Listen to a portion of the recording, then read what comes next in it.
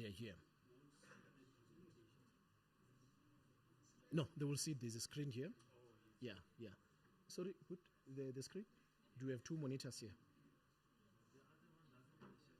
Okay, that's fine. So you need to move the one in the middle. Yeah. Okay.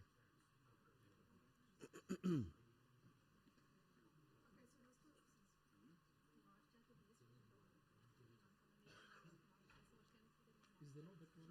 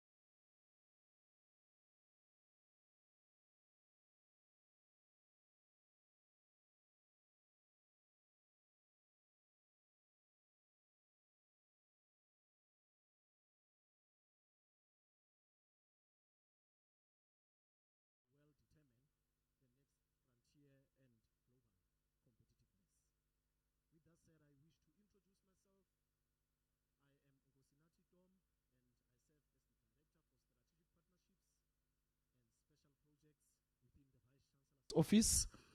At this point in time, please allow me to recognize a few individuals and a few groups. So if I don't omit your name, I can assure you that you'll find expression in all the clusters that I have.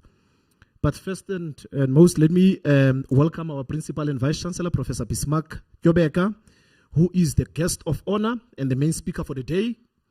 And I wish to welcome members of council. I've seen Pastor Pete Labanyana, the University Council, is also present here today, as well as the executive and senior management of the university. Please also allow me to welcome the members from the Department of Electricity and Energy and all the sister departments present here today, as well as our national nuclear institutions. The members of the diplomatic corps, I've seen quite a number of them who are present here today, and our distinguished chair, as well as panel members who are physically present here, as well as the ones who are online. A special welcome also to our international partners from the continent, both online and in person. I believe a number of our international partners are online, but we've got a few also here in person. And then I wish to welcome all the scientists, the staff members of the university, the members of the community, members of the media, and our guests, as I've said, who are joining online. Colleagues, I believe that we are actually gathering at a critical juncture where some of these topical issues that will be discussed by the Vice-Chancellor can no longer function in isolation, which is your AI as well as energy. But I will leave that to the Vice-Chancellor as well as our experts for the day to be able to unpack what we are talking about. What makes us happy is that we can see that government is here today, industry is here today, the regulator is here today as well. The diplomatic, scientific, and higher education communities are represented, and our international partners are also with us here today, and importantly, our students who happen to be the future generation. These are individuals, colleagues, who will inherit and shape this technological future, and we are very pleased that they are part of this conversation. And colleagues, this engagement speaks directly to the strategic priorities of the Northwest University. We've got 6 priorities, and I will just highlight a few. One of them being impact. We exist because we need to make impact in our communities. Growth, internationalization, we believe in collaboration as well as partnership. And we believe that as a university, we need to be able to anticipate the knowledge, the capabilities that society and our economies will require in the future. The context is equally compelling, colleagues. I have learned I'm not a nuclear engineer, neither am I a nuclear scientist, but I'm a social scientist. Even within this space, Mr. Vice-Chancellor, you need social scientists because they need to engage with communities. And colleagues, we can all believe that that's something that is needed. And I've been briefed that we have more than 400 nuclear power reactors which are operating globally, while nuclear capacity projections are being revised upwards. At the same time, the rapid expansion of AI and the projections are being revised upwards, including hyperscale data centers, in creating a new class of large, continuous, and reliability sensitivity electricity demand. Now, colleagues, this shows that the convergence is no longer theoretical. The International Atomic Energy Agency has demonstrated that by convening the international nuclear community specifically around AI and nuclear energy, which is mandated to examine both nuclear power for data intensive infrastructure and the potential application of AI across the nuclear design, the construction thereof, operations, safety, as well as security. We are therefore bringing together 2 conversations which can no longer be dealt with in isolation, which is the future of intelligence and the future of energy. And for Africa, this question is even more consequential. And the Vice-Chancellor said he will just entice us and allow a lot of engagement from the panel members as well as the audience. And the question for our continent is whether will we simply consume the intelligence infrastructure of the future, or will we develop the energy, the skills, research capability, and institutions required to build and power that, that part of it ourselves. And that is why universities are important. Human capital needs to be treated as infrastructure for this country, for the continent, and the globe at large. It is important that we must educate ahead of demand. We need to ensure that we conduct research ahead of certainty, and in that way we become proactive. And convene the difficult conversations before the choices become unavoidable. And that is the spirit of this specific engagement.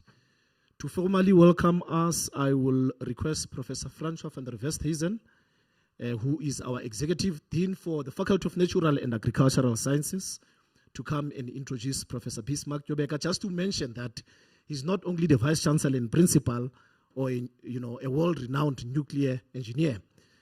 He's a man who dirties his hand. So he's a professor also in the Faculty of Natural and Agricultural Sciences at CAST, where he's actually conducting his research and supervising students. Prof. Francois, the podium is yours. Thank you.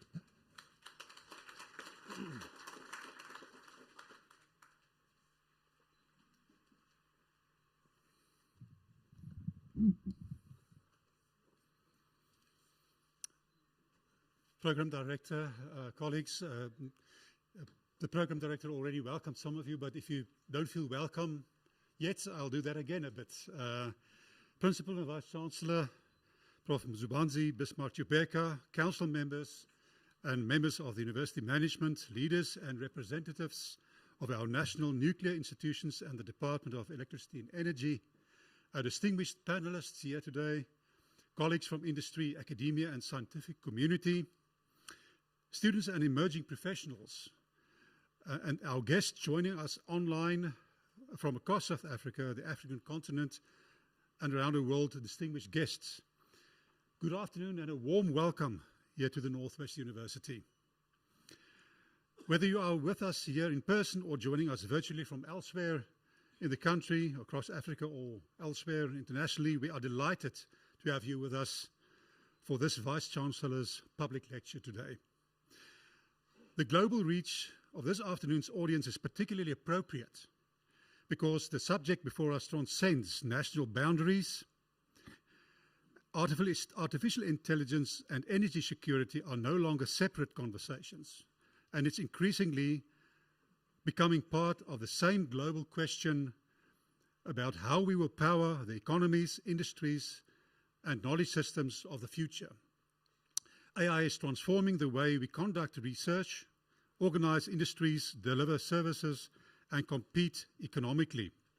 Yet, the extraordinary computational capability behind this transformation carries an equally significant requirement, which is reliable, continuous, scalable, and low-carbon electricity.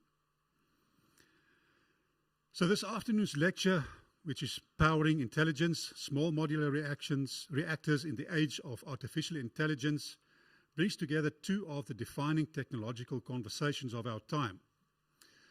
The acceleration of development of artificial intelligence and the evolving role of nuclear energy, particularly small modular reactors and microreactors. So as the program director indicated before, for South Africa and the African continent, the conversation carries an additional imperative, which is as Africa expands its digital and computing infrastructure, we must determine whether we will simply consume the technology shaping the next global economy, or whether we will build the energy, scientific capability, skills, infrastructure, and partnerships required to participate meaningfully in their development. So it's therefore fitting that this conversation should be led by our Principal and Vice-Chancellor, Professor Bismark Tyobeka, and we heard from him that he will do some provoking and stirring as well. Prof. Tyobeka is an internationally recognized nuclear engineer and leader whose career spans academia, nuclear technology development, regulation, and international nuclear governance. He holds a PhD and MSc in nuclear engineering from Penn State University in the USA and worked extensively on South Africa's pebble bed modular reactor program. His career subsequently took him to the International Atomic Energy Agency in Vienna, where he led work relating to gas-cooled reactor technologies and supported international programs concerning advanced reactors and the deployment of new nuclear power technologies. Before assuming office as the principal and vice-chancellor of this university, in June 2022, he served for almost 9 years as the Chief Executive Officer of South Africa's National Nuclear Regulator, providing leadership on nuclear and radiation safety and representing South Africa in important international nuclear forums. In particular relevance this afternoon is his scientific career, which includes extensive work on high-temperature and pebble bed reactor technologies, and he has previously addressed international audiences specifically on the prospects of small modular reactors in South Africa. So we therefore have before us a speaker who approaches this afternoon's question from several vantage points. As a nuclear engineer and a radiation scientist, and I might add, is appointed as an very active adjunct professor in the Center for Applied Radiation Sciences and Technology, sponsored by both the Faculty of Natural Sciences and Engineering. But also as a former regulator, international nuclear expert, and now as a leader in South Africa's higher education principal of this university. The Vice-Chancellor, with the colleagues and guests gathered here and connected online and around the world, we look forward to your perspectives on this topic, which has become increasingly consequential. Colleagues, wherever you are joining us from, it's therefore my privilege to invite the Principal and Vice-Chancellor of the North West University, Professor Mzubanzi Bismark Tyobeka, to deliver this public lecture. The floor is yours, sir.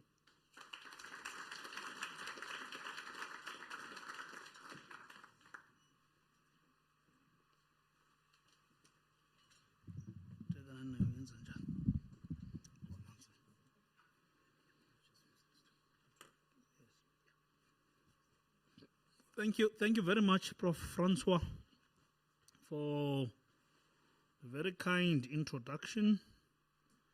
Let me also repeat and reiterate the university's gratitude to all of you online and in person for allowing us on a busy Wednesday afternoon, a spring Wednesday for that matter, to ask you to come to Potchefstroom or to switch online and listen to what we would like to share today. A lot has been said about the topic itself, artificial intelligence and nuclear power, a transformative partnership, which I said earlier in the room, in the holding room, when I I greeted colleagues, that I regard this topic as, in all respects, very provocative. And the reason it is provocative is because of the two elements in the topic, in the title of the presentation. First, artificial intelligence. Artificial intelligence nowadays is looked at as an extremely disruptive thing that has ever happened to mankind's social existence. Disruptive. It is also looked at as a very controversial, depending on the side of the fence you sit. But equally, artificial intelligence is viewed as the best thing that has ever happened to the world for efficiencies. the world that has been bogged down over the years by red tape and long processes, slow delivery because of long processes and slow systems. Those who think artificial intelligence is the way to go are now saying this is the best we've been waiting for, to get the minds of human beings to work to the limit that they needed to, and not be bogged down by too slow computers, lots of paperwork, lots of files to forage through. No, click of a button. Let's get to the business. Now, on the other hand, it's nuclear power, a topic that has gained notoriety as way back as 1944, 45 in the Far East, in Nagasaki and Hiroshima. People never thought cities could be decimated again at the press of a button, just like that. And cities be unlivable for years at the press of the button, just like that. Similarly, in a town somewhere in Belarus, just outside Belarus, Ukraine, in between, in 1986, whilst people were reeling and rethinking nuclear power as a solution, a big catastrophe happened there. And you have what is famously called the Chernobyl accident. However, 6 years before that, in 1978, you had another catastrophe. Well, maybe a little short of a catastrophe, comparatively speaking, in a town outside Pennsylvania, on your way to Philadelphia, in fact, not far from Harrisburg. There's a nuclear power plant called 3 Mile Island, which, by no natural disaster whatsoever, just things went haywire, and you had a core melt accident that caused a lot of panic around the globe. Fast forward, in 2011, I think it was the autumn of 2011, I was minding my business in the 19th district of Vienna, driving to visit a friend. It was a Saturday. And when you are in Austria, it's very seldom, at least for me, I seldom listen to radio because it's mostly in German. But it happened that afternoon, mid-morning, let's say, that I was in fact listening on a radio station that was English. A nuclear explosion happens in Japan, in the prefecture of Fukushima. And now I needed to get to the destination, to the friend, so that we can watch this on CNN at least. But the headline came on until I got there. And it was clear that something big has happened there. Now, why am I talking about these things? To illustrate the point that we are discussing two controversial subjects. And two subjects, if properly understood, in fact, are the factor that determines our new level of human intelligence. So I thought, because we're going to talk of artificial intelligence and how it can relate to nuclear power, I must, registrar, where is the registrar? I must upfront say, I had to deploy the maximum use of AI to produce some of these graphics so that I can illustrate the point that I otherwise would not have done with my skills of drawing some of these things. But indeed, the two are really converging to address the world's most pressing energy challenges. Delivering reliable, clean, and secure electricity for sustainable future. But why is this confluence? What is driving this convergence? Obvious ones. There's rising need and demand for energy. If we are to deploy maximum AI capabilities, we need to know that we are going to create a serious energy deficiency. So therefore, the need for more electricity immediately accompanies our advances in artificial intelligence. But not only do we need electricity, we need clean electricity. And we know that nuclear power, at least some of us that believe that, nuclear power provides base load, low carbon energy at scale. There's no one to stand against that. But on the other hand, we agree, and we are seeing it on a daily basis, that AI is a game changer.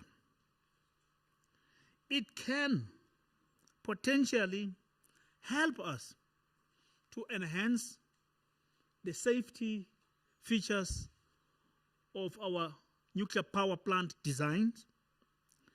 It can assist us optimize the efficiencies of nuclear power plant.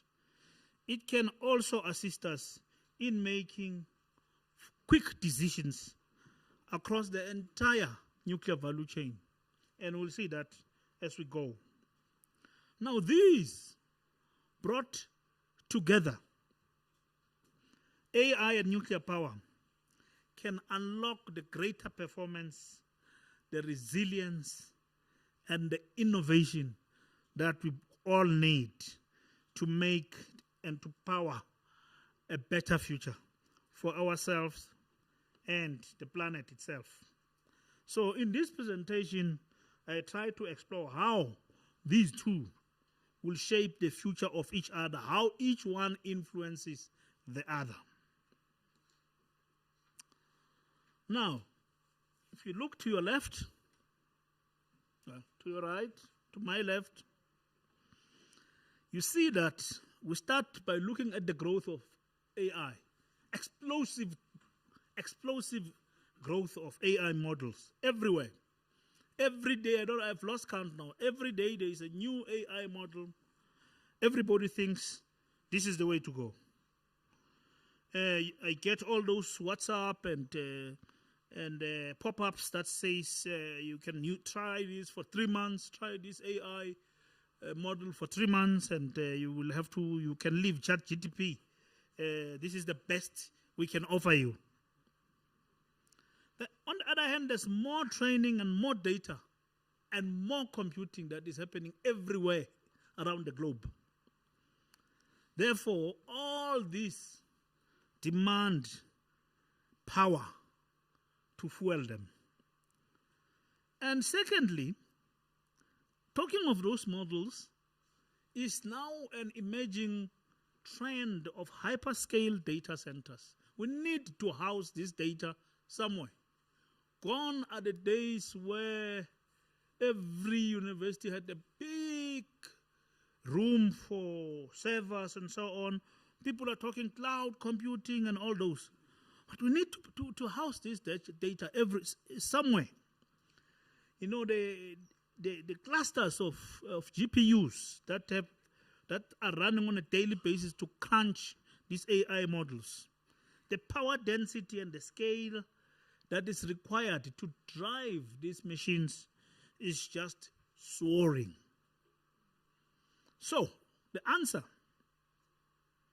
on the right-hand side, for this left-hand side to function, you need reliable, non-stop, 24/7 supply of electricity. If there's no electricity, you need backups to run those hyperscale data centers or things switches off.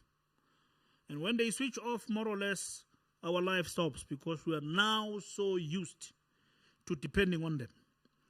Clearly, intermittent power supply, power generation technologies such as the renewables, who, by the way, are doing a very good job in keeping our world cleaner, unfortunately, can't do it alone because it's just a simple science that when there is no sun, the solar panels are not helping you much. You tap into your storage, the batteries, and they can run up to so far.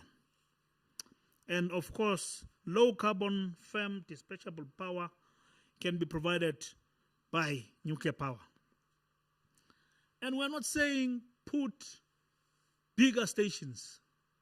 Nuclear power has been demonized by years and years and years of uncompleted projects. Not very long time ago, a long fossil of an uncompleted project in France, Flamanville. My friends are here from the French embassy. Flamanville was completed. In Finland, similarly, long years of uncompleted Olkiluoto 3 plant, finally completed, and many others. Americans had to scrap others also because of this history, this dark history. However, people woke up to the fact that the technology is sound. It is very, very reliable.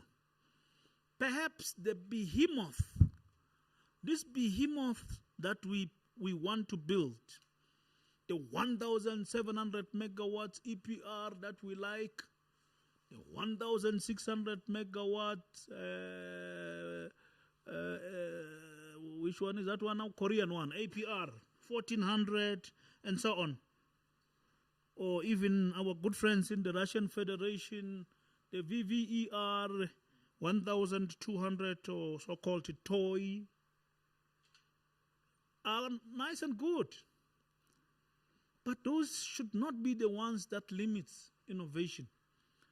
They have proven that technology works. So let's make them a little small. Smaller would mean a lot of things are avoided, one of which is the footprint. You won't need the entire coastal side of the Western Cape to put a Quebec nuclear power station and take away a bit of a nice picnic area because there's a nuclear power plant there. You take what you need.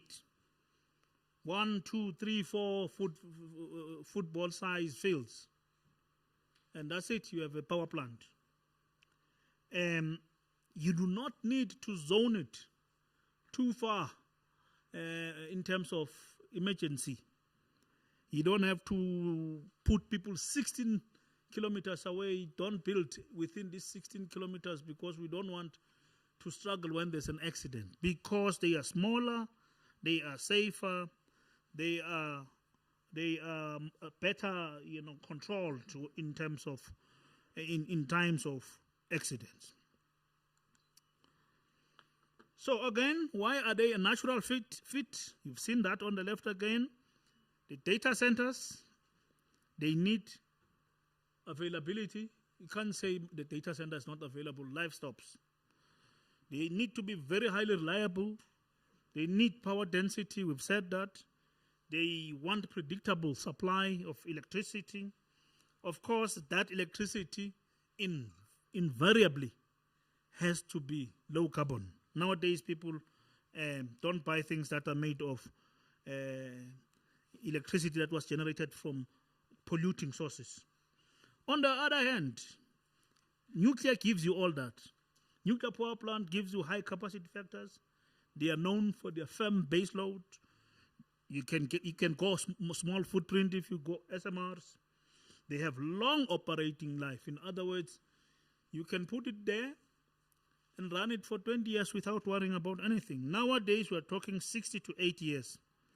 And they are they have low operational carbon emissions. So with all that, the bottom line, therefore, is that you solve the problem of energy security. You solve the problem of grid instability, because then if you don't have a strong grid, you don't have to spend too much money building one. You use small modular reactors and micro reactors, dispatchable, and then you decarbonize. Ultimately, you have an economic, competitive country. In particular, these SMRs and micro reactors are very ideal because, as I said, the size, the right size, you can deploy them almost everywhere. You build them in factories, just outside the airport you're from, innovation hub. We put a factory, we,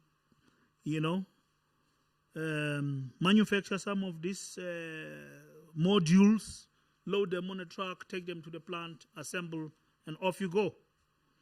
Therefore, lower capital risk, inherently safe, and you can increase as the other modules are beginning to sell the electricity, you scale up. On the other hand, for data centers, we spoke about this reliable power, on-site or near-site, low carbon footprint, and energy security. So these really, ladies and gentlemen, are just made for one another. It's a match made in heaven. Right? But what does each of these help the other to achieve? How are they, the cross-pollination between the two? Now, if you think about what these AI models bring to nuclear power, you must talk to Professor Friki van Nicker next to me here, or Mr. Kishore Jitesh, how long it takes to just simulate a quarter of a core of a nuclear power plant. On your computer, it takes you weeks to build this model and then to run it, to give you just the sense of a quarter of the core of the reactor, how things are, what are the temperatures, what are the flux distributions, and so on. Now, with these things, design and simulation will be pop and place. If done well, at the press of the button, you can even simulate the whole core within a split of a second. It shows you where is what, which channel is the hottest in the entire core. Predictive maintenance, using ideas such as digital twinning. So you create a model which is a digital twin of a physical plant. And you feed this model with real plant data from the physical plant. But you run this twin faster, and you're running it years ahead of this one. What do you want to see? You want to see long before there is a wear and a tear on the actual plant. You want to see what degrades, and you provide for it. After some time, that valve will get tired. You don't replace things because they've broken. You are able to predict when to change what. So autonomous and intelligent systems, especially for maintenance and outage management, again, I spoke of digital twins. But they can also assist with detecting safety and anomalies in the system. The sixth one, the fuel and core optimization. A headache of a fourth-year student in nuclear engineering is to design a core that has been packed in an optimum way that you can extract the best amount of electricity, of energy out of it. In other words, you don't want to waste your so-called burnable poisons. You don't want a high leakage core. You don't want your neutrons leaking out of the system. You don't want your lowly enriched fuel assemblies to be very far from the center and so on.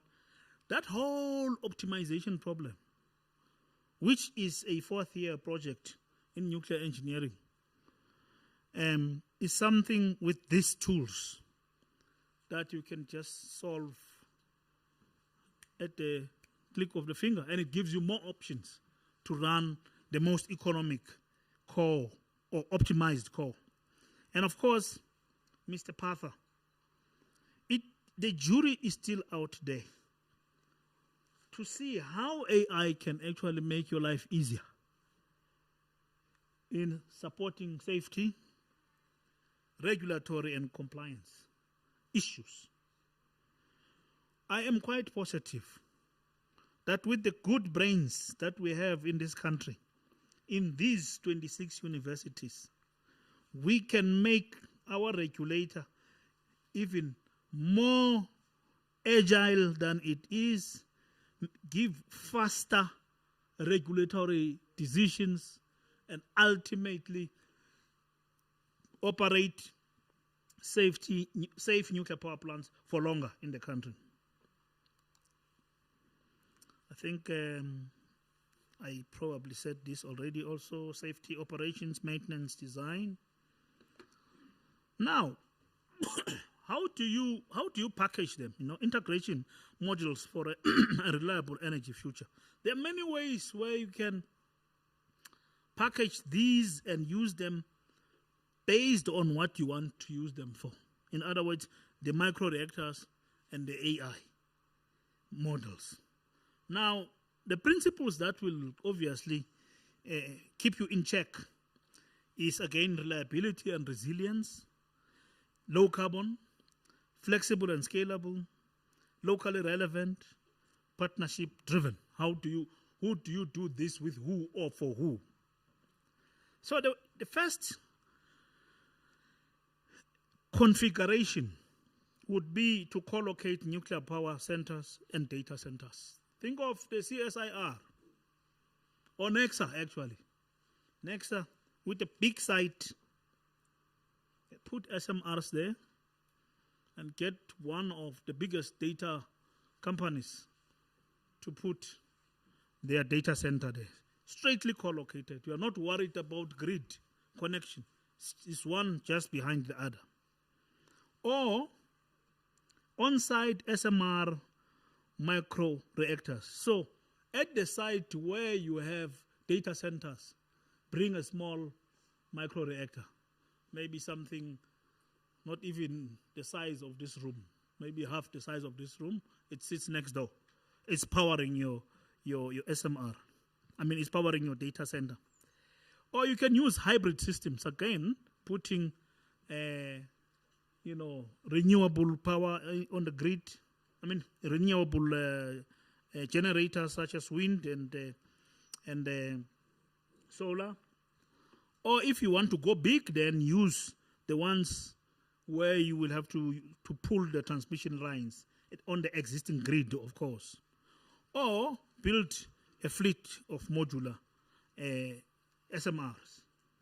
Now, each of these has got its own advantages and disadvantages, because, for example, where you can use the big ones, it's for countries that already have good electricity grid connections, but just scaling up their digital infrastructure within a strong grid. Many Africans do not have that luxury, unfortunately. But ultimately, the enablers for all this, again, policy and regulation.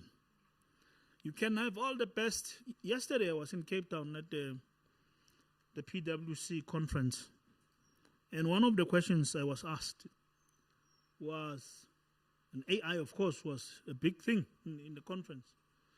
One of the questions that was asked was, is our system now meaning government and everything combined, agile enough to take advantage of some of these emerging technologies so that they can change our lives and our economies as fast as possible?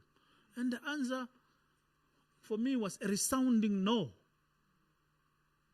Take a university, for example.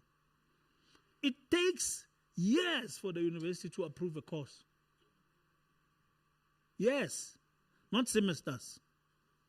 To approve a program, let's say Bachelor of Arts in Theology, it takes years, maybe not 2, maybe 3 years.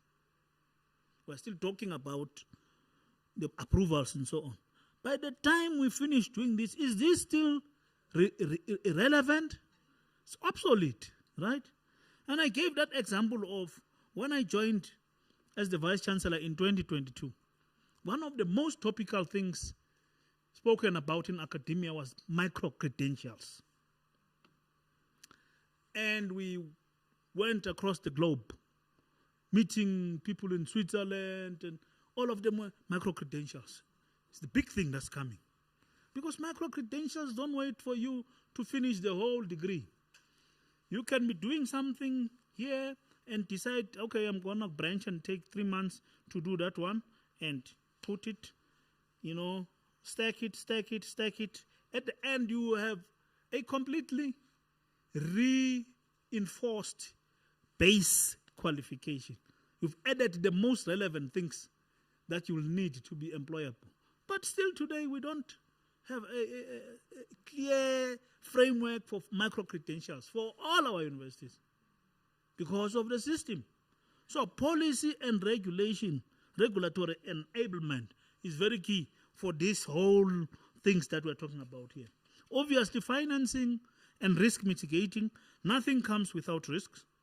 And you need money to put all this infrastructure. But before you even talk about data centers and siting of a nuclear power plant, you need an infrastructure that works. Because we're talking about bringing huge components, such as a steam generator that we've seen recently in the Quebec nuclear power plant.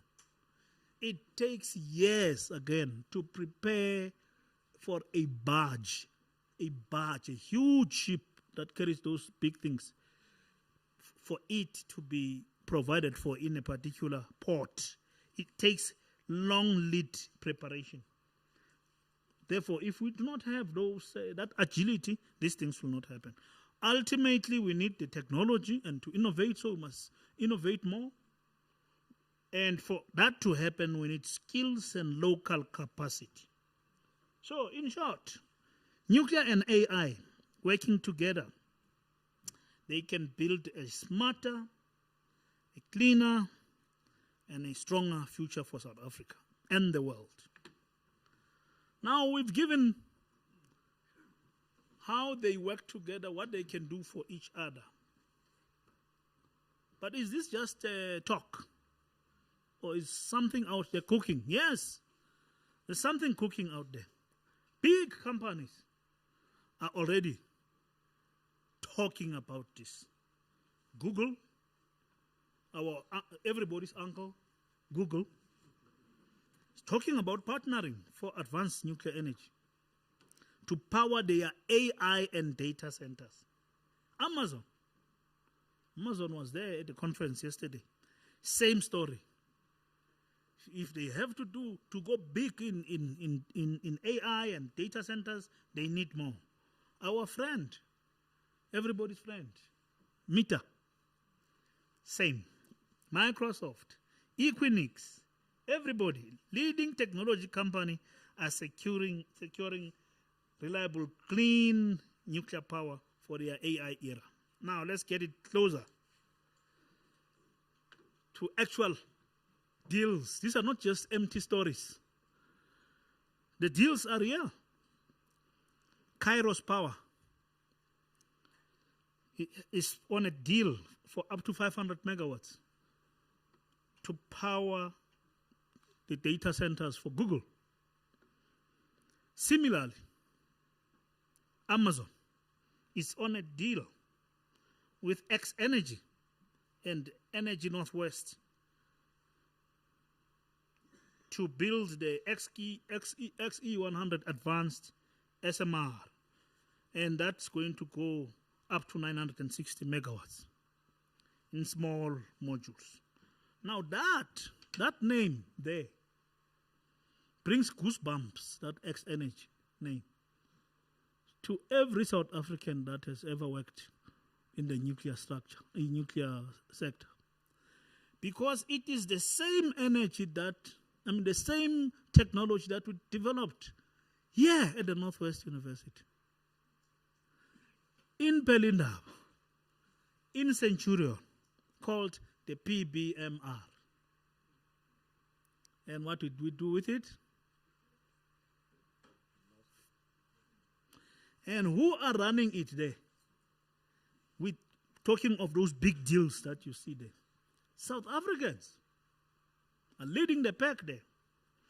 Similarly, Meta is talking to Oklo, and Meta is also talking to TerraPower. Now, TerraPower is the company that belongs to Bill Gates. All of this in common.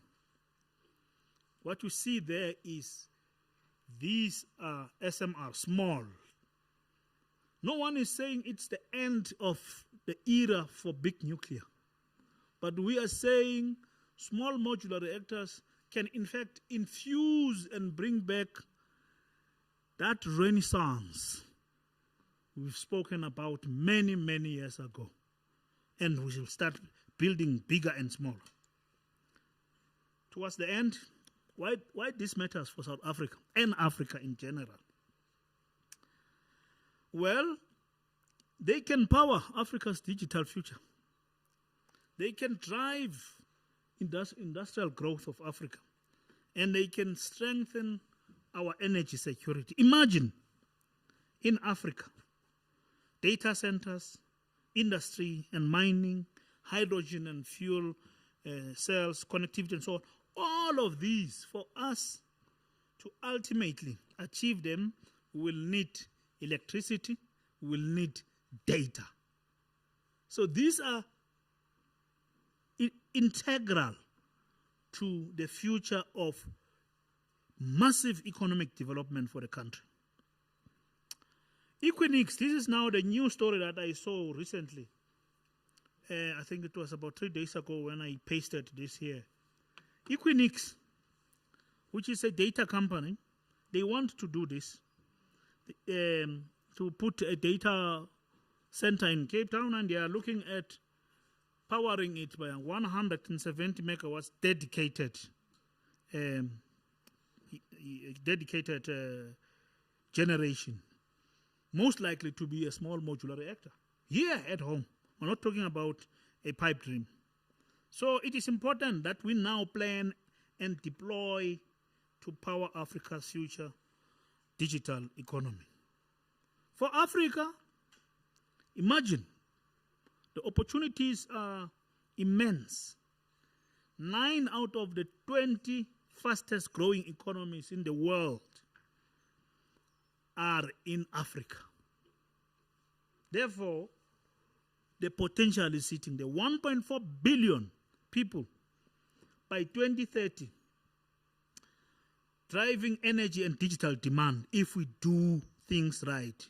Those 1.4 people in Africa will be the ones that will be driving that energy demand and digital demand. Growth, everyone sees growth in Africa. But you can't have growth where there's no energy security. That's a problem. You can't attract investment where there is no energy security. So, therefore, we're holding Africa backwards if we're not going big into these things. Who will buy this power ultimately? Who will use this power we're talking about? Of course, today we're talking about AI, data centers, and nuclear energy. But we're saying, if you build SMRs and microreactors over and above providing a clean and reliable energy in Africa, you're not only driving Africa's digital transformation, but you're also doing something even more important: industrial growth of Africa. Through data centers, of course, you can locate them across Africa: Johannesburg, Nigeria, Kenya, Nairobi, Casablanca, Morocco.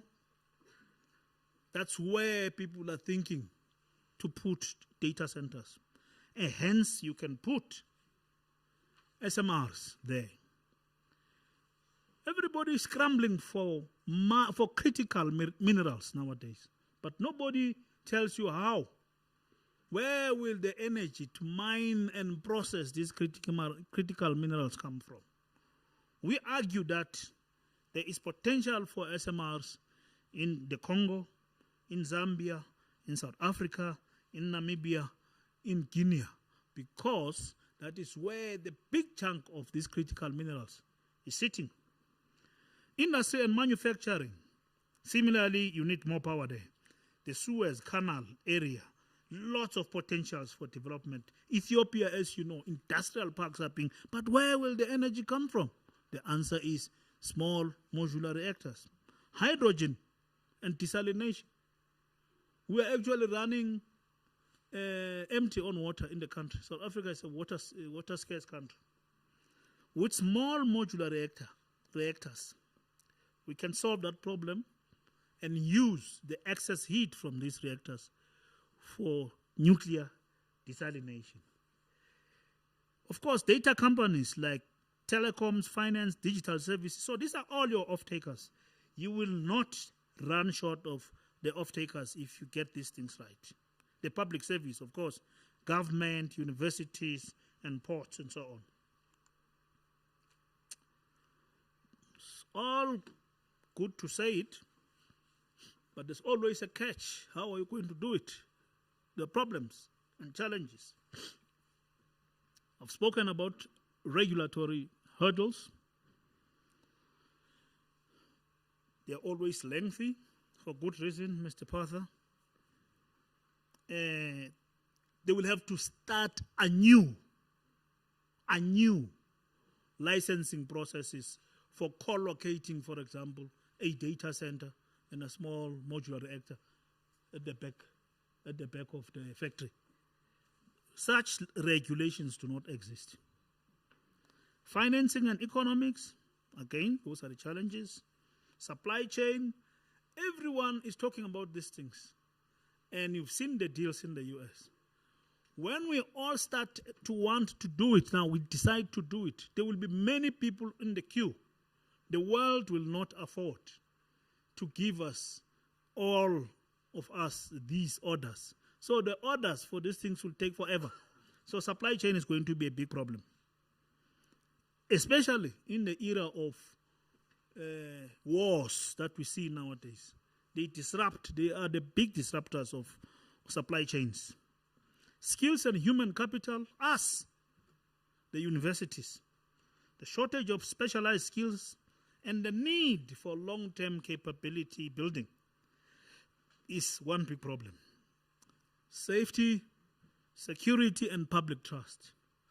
People don't trust AI as we sit here. People don't trust AI. People don't trust nuclear power as we speak. Now, how do you get buy-in from such suspicious people. Transparency is the key. People must get the information they need. Maintain the highest standards of safety and build that public confidence to the people. On the side of AI and data centers, of course, you can't do it without power. You need water and cooling because you need to cool these things. You need infrastructure and connectivity, which we're in serious deficit for, and so on and so on. So, in short, the recipe is that you need strong policy, agile policy. You need to build partnerships. You can't do it alone. You need to invest more money on it to happen. You need the skills because without the skills, we are just talk shopping. Ultimately, we must also have trust and transparency. This is probably the last slide now. It's not all gloom and doom. There are challenges, but there are also potential solutions. Now we're saying here, as far as policy is concerned, who must act? Government and regulators. We need that policy, clear regulation, and effective oversight to build trust and attract investment. So, all of us here have got our work cut out. Finance, again, who must do it? Government, development finance institutions, bank, and investors. We need to mobilize affordable capital, de-risk projects to make small modular reactors bankable and investable. Government and utilities, industries, again, there is a possibility there. Strengthen the grid, strengthen water, logistics, and digital infrastructure to supply deployment and demand centers. Develop people. We must support R&D, put more money on research and development. We must work very hard to say, if you want to build here, if you want to build for us, a lot of what you are going to use must be built here. Let's localize the jobs. That way it will create jobs, it will also give us long-term capability as a country. Ultimately, we must also partner for delivery. You can't do it alone. So government, industry, international players, institutions, all of us have work to do. In conclusion, nuclear power can enable Africa, can enable Africa's AI and industrial future. We've seen the need is real. The opportunity is now. If we work together in a coordinated way, fixing our regulations, our framework, our legal instruments, success will happen. And then we can all share in clean power, digital future for the prosperity of both Africa, South Africa, and Africa.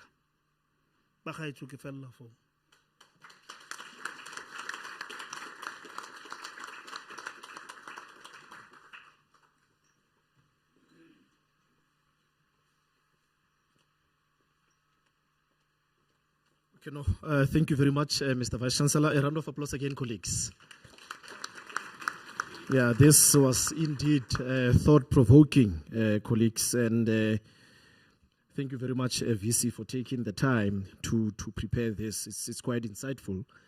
And I'm saying this also as a young person, and I'm wondering, where does the future of the continent and this country lie?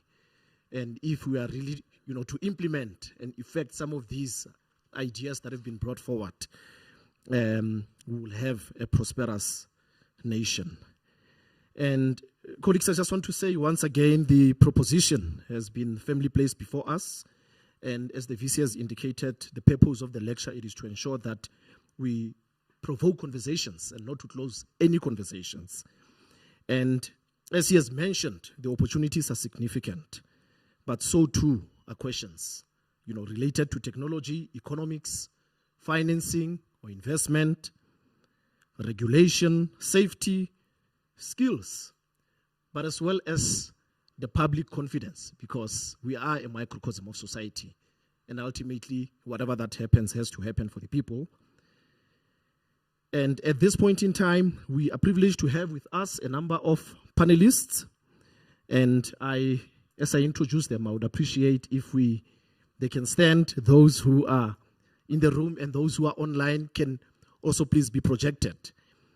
I will start off with Mr. Thiagen Pether, who is the Divisional Executive from the National Nuclear Regulator, responsible for nuclear technology and norm.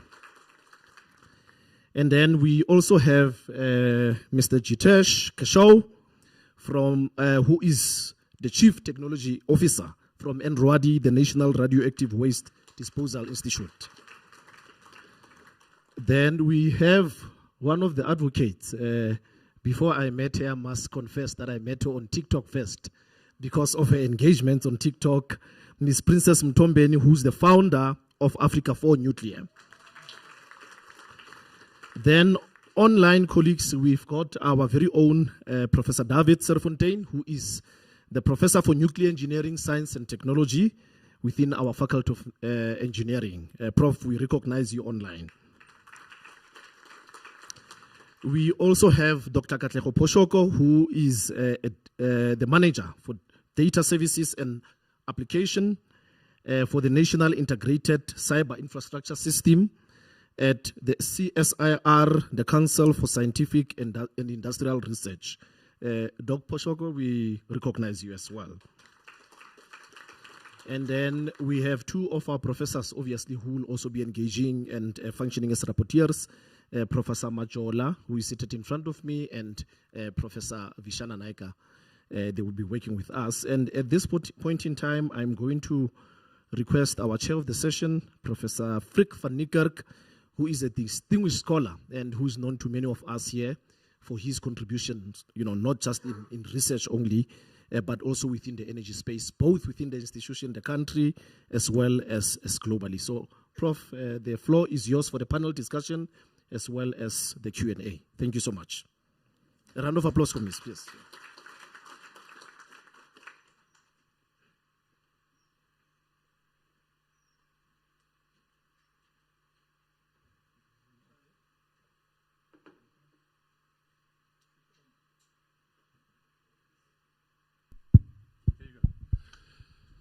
Good afternoon, Vice-Chancellor, ladies and gentlemen, all protocol observed. I want to, but I'm not going to say how I really feel about this lecture. It's absolutely brilliant, but I know there will be an opportunity to say that. But can I just start by saying thank you for the invitation to be here today. Our roads have crossed over 2-3 decades, I believe, if not at Nexa, at PBMR, and if not in Vienna at the IAEA. Later here at the university, you were a council chairperson before. It's really been such a privilege. And I really treasure and admire a man who can also speak truth to power. Now, just in case you worry, if you are at all worried about artificial intelligence, well, don't try natural stupidity, they say. And maybe just a correction here. I am kind of emeritus now, they say, and I have a few definitions just for those who do not know what this means. So let me enlighten you. Emeritus in Latin is the Latin for we've stopped paying him, but we haven't managed to stop him giving advice. And then for the academe, a professor becomes emeritus when the university finally admits that retirement has had absolutely no effect. And then lastly, an emeritus nuclear professor never really retires. He just enters a very long half-life. So one is blessed, and I see other colleagues, Prof. Yat and others here, such a privilege to be involved. And yes, thank you also for the provocative discussion. You've really touched on a few things. I would like to believe that universities, and notably this one, is not hovering on the verge of political correctness and can really speak truth to power, as I've heard you do. What would we be doing if we as academics cannot speak truth to power? We would be lame. If there's any notion of a climate of cancel culture, for example, at this university or any other, that would be the end of us, I believe. So it's a wonderful opportunity to be here and to challenge what is actually happening. I'm not going to lament either, where you already said, well, 25 years ago we were not talking about this, we were doing it. One can lament. And if I can just maybe kick off the meeting by expressing a wish. I wish we can achieve in South Africa the point where our administrators in the state departments can be not linked to political changes every 4 or 5 years. It can be true statesmen, administrators, knowledgeable, emerging from these universities, where they stand above and beyond the political flavor of the day. And with that, excuse me, I'm emeritus, I can say this. And people don't call each other comrade. I mean, that's 100 years sort of in the past. Let's just move on. This is really groundbreaking modern stuff we're talking here. So let's be in that. I'm actually also an arch optimist. So it's in that spirit that I wish to invite you all to please jot down your questions. We have a few questions already that we're going to plant, so to speak, on our panelists. I think there is a notification of a WhatsApp number which you can send to our colleague over here. He will post them to me, and I will try to facilitate the discussions. So, Vice-Chancellor, you've really covered the field exceptionally well. You know, if you come to a meeting like this, you ask yourself the question, how's this going to be done? Because these are known ideas, but you've really put the cherry on the cake. So thank you very much for that. So,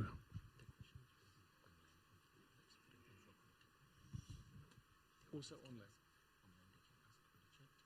Okay, so the online visitors, online participants, your questions will also be captured here, and they will be posted for us so we can handle them. So as an icebreaker, let's ask two of our panelists to explore the relationship between AI and nuclear energy, particularly the potential for nuclear power to meet the growing and continuous energy demands associated with AI and data center infrastructure. And by the way, if you write your questions, one question per person, and be brief and succinct as far as possible. So I'm going to ask Dr. Katlego Fosoko and Professor Serfontein to give us a brief input to this question. In other words, to explore the relationship between AI and nuclear energy, noting that this has been done very well by the Vice-Chancellor, but perhaps there are perspectives and inputs that you wish to share with us. Right? Thank you so much. I think I will just be brief, and thank you for the opportunity. The professor has really painted a very good story there. And I also want to just say, as someone who's coming from and working in a cyber infrastructure and AI, I believe really that the future of AI is fundamentally an energy challenge. And I want to use an analogy, to think about the human intelligence, which is largely driven by the brain. If you think about the brain, generally uses roughly 20 watts, which is sort of the capacity of an LED bulb. But when you think of AI, many of these data centers or AI factories, as they are generally known, use GPU cards. And I think the most popular modern one would be the NVIDIA B300 GPU, which takes about 1.4 kilowatt, and that's about the same size as a kettle. We used to boil water, but the difference is in terms of the demands there, it has to run continually. And if you have to think about a big facility with thousands or hundreds of these GPUs, the demand goes quite high. I mean, you go in the range beyond 200 megawatts, and then goes beyond just a normal household. It goes to the need that could be in the scale of a city, more than just a data center. So that goes to show you the amount of power that will be needed to enable this kind of artificial intelligence. And I think looking at and also listening to the Prof's message, I mean, nuclear energy is becoming a very compelling option to be able to enable this because of those qualities that were addressed. If you think of an AI model, interruption will make it a painful exercise, because you need continuous availability of power in order to train this model to have reliable outputs, and you also to ensure that the data that is going to be there is intact.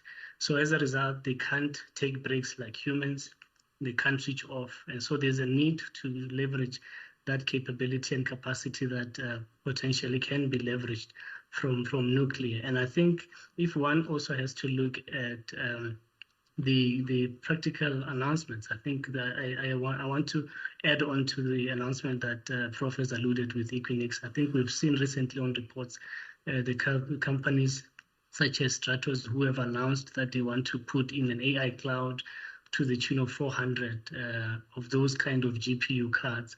That also will take, when you account even for networking, computing and cooling, about 1 megawatt. And in the world of AI and the world of cyber infrastructure, it is generally known that a country that can outcompute you can outcompete you. So there's really a need to look at how we can leverage this capability to advance the competitiveness of our country, and not just be a player and not just to be a consumer and an observer, but really be, a key role player on the table. And I think the message is clear.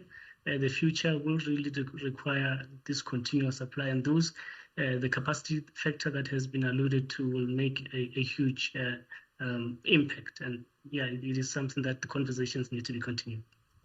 Thank you very much, Prof. Staffenstein. Could you add to that? I would like to expand the question a little bit.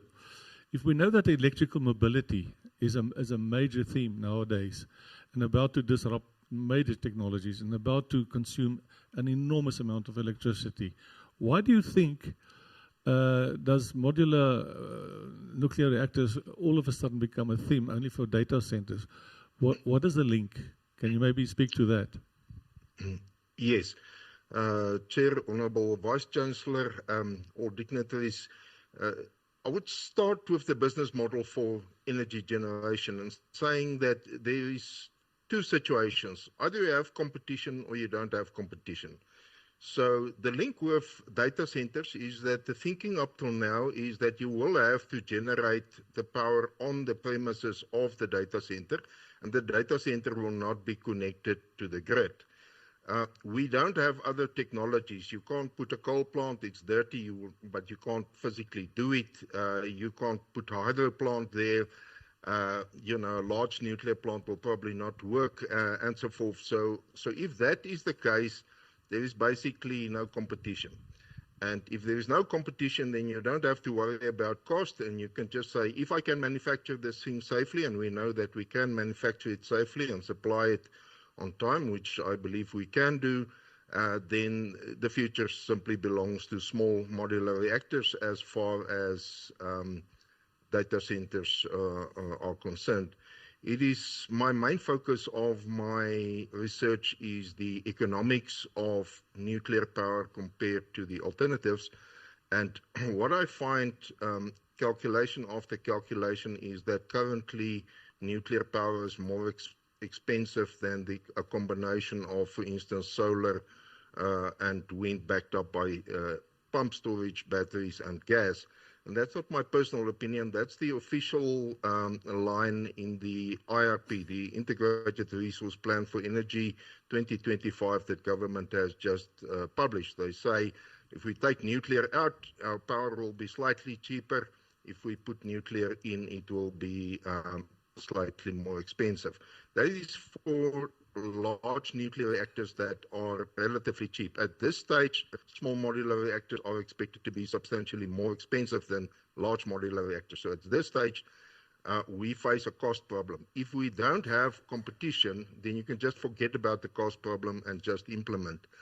The problem is that there is competition, so I just want to show you this article by one of the top experts on energy in America, Igor Shaw, and I just want to read the introductory paragraph here. Google, Meta, and Amazon web services, three companies that compete fiercely for cloud market share, AI talent, and enterprise customers, are quietly converging on a common infrastructure philosophy. They are pulling back from the race to build gigawatt scale data campuses committing to stay connected to the public grid and acknowledging that smaller distributed facilities are not just acceptable for AI inference workloads, but are in fact the only way to reduce electricity bills for consumers. Just want to point out what inference means. You first have to train an AI model. That's extremely energy intensive, and you can't break you've got to go full speed all the time. Then you've got inference. That is, if I or you ask AI a question, if they don't have enough power now, they can answer slower. If they've got enough power, they can answer immediately. And that is when 90% of the power is going to go in. So they have now realized that it would be too expensive to put up these large campuses and build a power reactor, whether it's nuclear or something else, for each one. One of the reasons is if you build a nuclear power reactor, we know from Kuberg that regularly you have to refuel it. That puts it offline for 6 weeks. It sometimes trips for other reasons. So you can't put in one nuclear reactor. You've got to put in two so that there's a backup for if the one is not working. But if the one is working perfectly, then the other one is standing still. So they looked at the data, and they have all three, the major partners, the major competitors have said they are moving away from the model where the power supply will not be connected to the grid. So the moment that you are connecting to the grid, and they want to build small things, so if there is a power surplus in Bloemfontein but the power shortage in Johannesburg, they will build a small plant in Bloemfontein, and so forth, and so forth. So the moment that you connect to the grid, then there's no strategic advantage for nuclear over the others. So you just pump all the power into the grid. So you can now have a solar plant in the Northern Cape, you can have a wind plant in the Western Cape, and you can have a gas plant for backup sitting in Richards Bay, where they plan to import the gas for if the sun is not shining and the wind is not blowing, and you can have a pump storage scheme which is built in the Orange River in the Northern Cape, and you can have a battery facility that's built on the premises of these things. So now you mix all these streams, and then at that point you don't care where the power is coming from. You just need a mixture to that will supply you 24/7 with power. Like we have at the moment, the power grid that we have is right.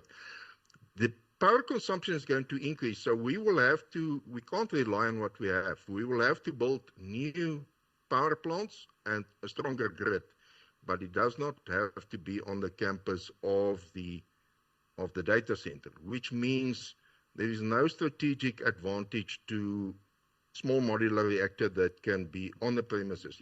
If small modular reactors become cheaper than other sources, they will obviously take the market. But if they are more expensive, large nuclear reactors will outpace them and all the other components that I said, solar, wind, backup, etc. Yes. So my fear that I see, and I'm closing now, Chair, is that we are facing serious competition. And so I believe the thing that we should be focusing on now is bringing down cost and saying we are going to have to compete with the other sources on cost. At the moment, we are more expensive. So if we can't bring the cost down, we have a very small future. We have a future in places like Northern Canada where there's no competition. Thing snows up, you can't even take diesel there. Northern Canada will be small modular reactors, period. But, a nuclear data center in Bloemfontein or Cape Town does not have to have a nuclear plant on its premises.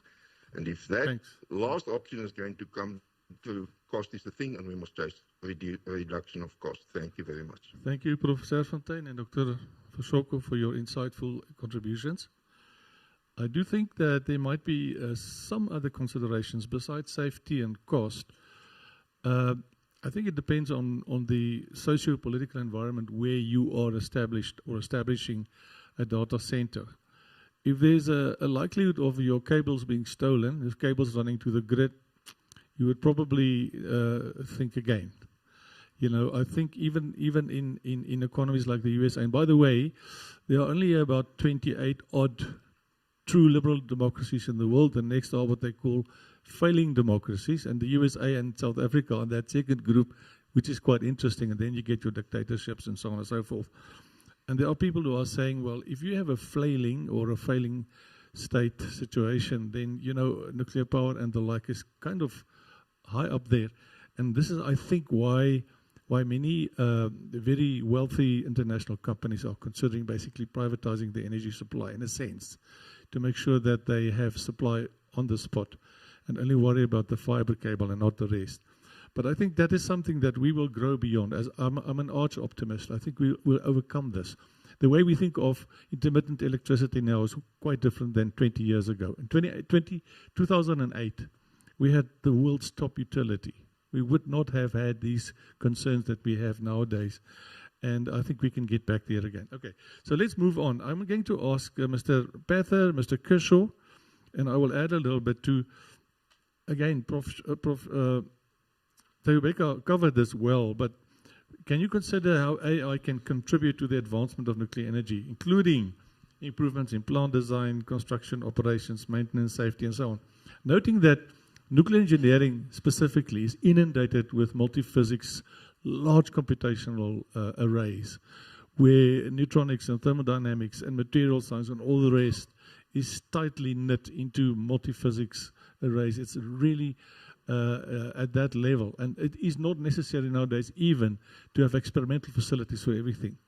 The computational physics modules are so refined and so well verified and validated that one can actually leapfrog much of that cost. But I think there's a real potential. If you maybe want to, let me ask Mr. Pather from a safety point of view and a regulation point of view, and then Mr. Kershaw from your point of view as well. Mr. Pather, would you jump in there, please? Okay. Thanks very much, Chair.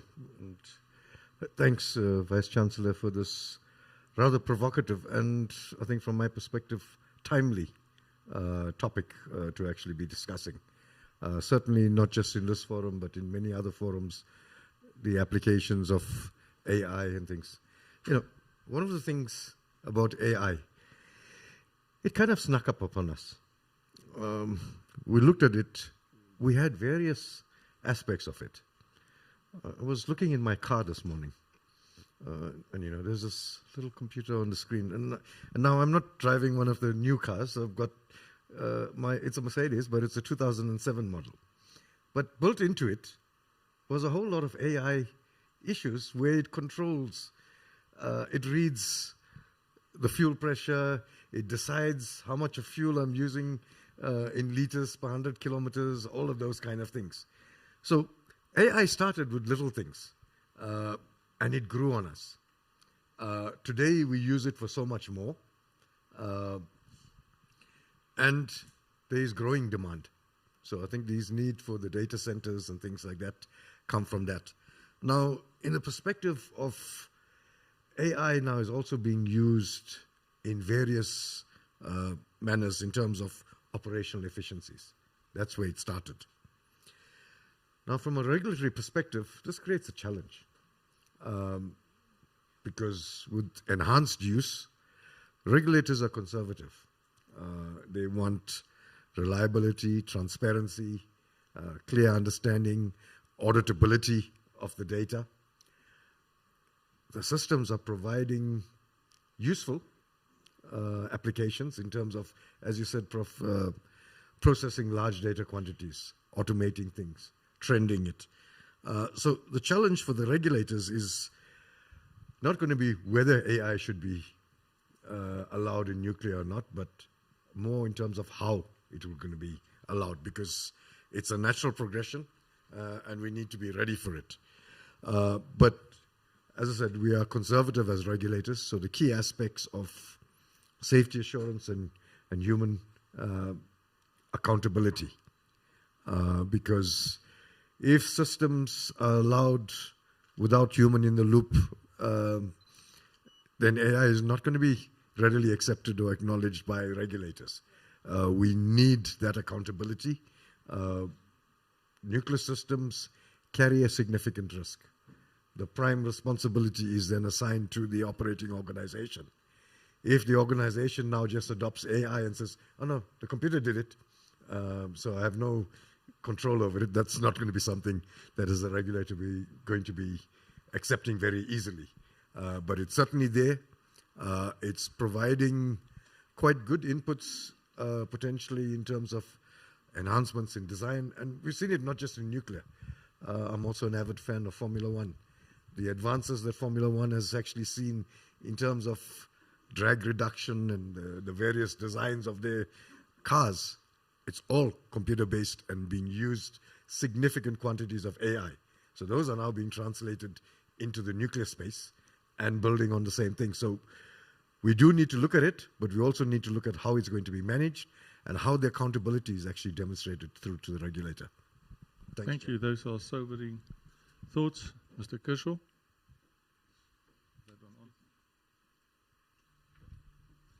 Thank you very much.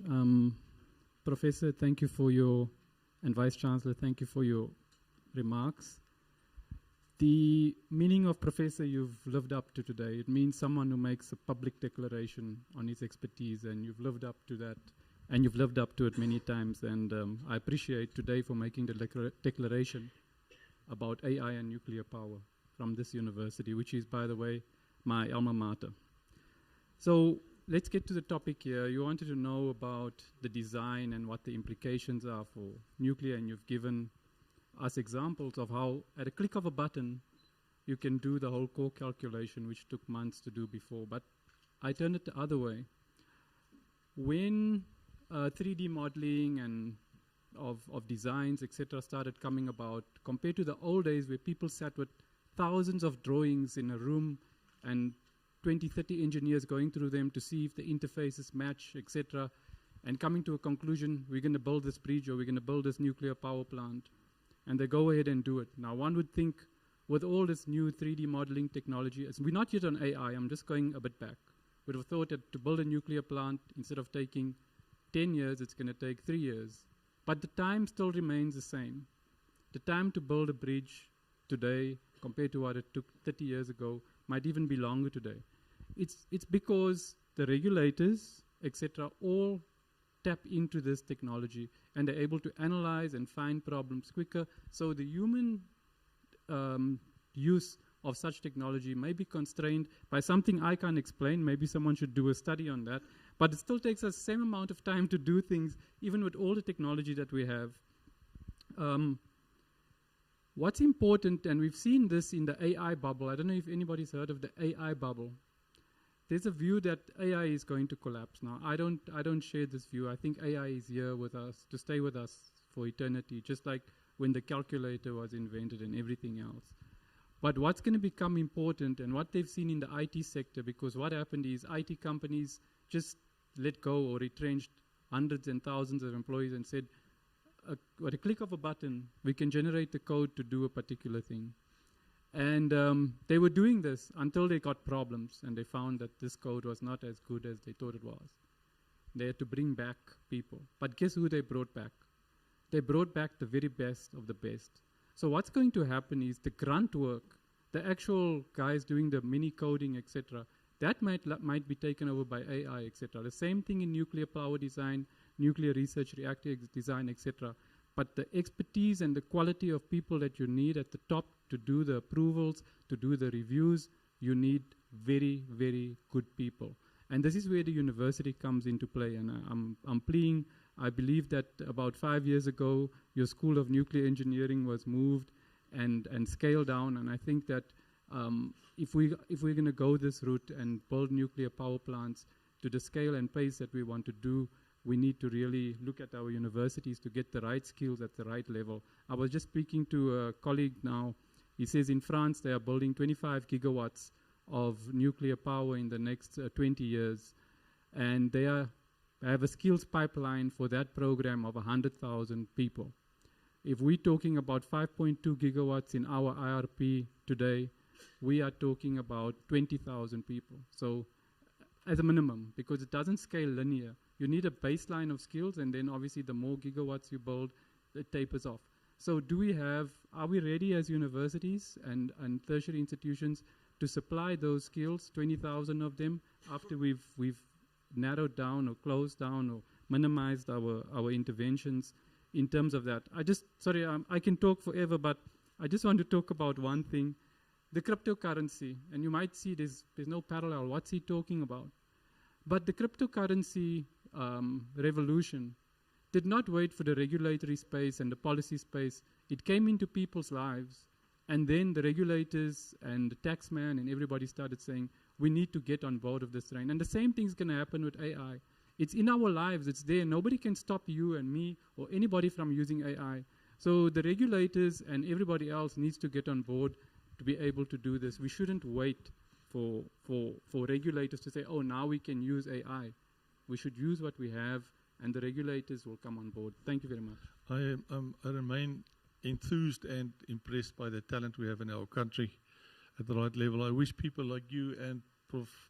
Tyobeka and others could really infuse into our state departments and just clean up. Just get to that level of professionalism that we deserve as South Africans. We have the talent, we've shown that, but we need to clean up, as they say in the States, big time. The difference between AI and nuclear engineers, they say, is AI learns from millions, billions of little events. Nuclear engineers learn from one event. Then they write 140,000 pages to make sure that it doesn't happen again. There's just a bit of humor on the side. And they also say that, the nuclear engineer will ask, well, is it safe? AI engineer will ask, well, is it true? The academics will ask, well, is this publishable? That's our life. I would just want to append something to the previous discussion. Someone wrote to us saying that Professor Serfontein is correct. He said, but gas has a sustainability problem beyond the coal cliff in 2035. Prof. Serfontein will know all about that. This is why nuclear is in the IRP to complement gas. Hence, they refer to it as a balanced scenario. Just sort of as a taking note of that. Thank you for sending that comment to us, and please continue doing so. I would now like to move to Mr. Tombeni to enlighten us, elucidate, from a public engagement and policy perspective, what do we need to get right to ensure that the nuclear AI opportunity actually works for South Africans and Africans?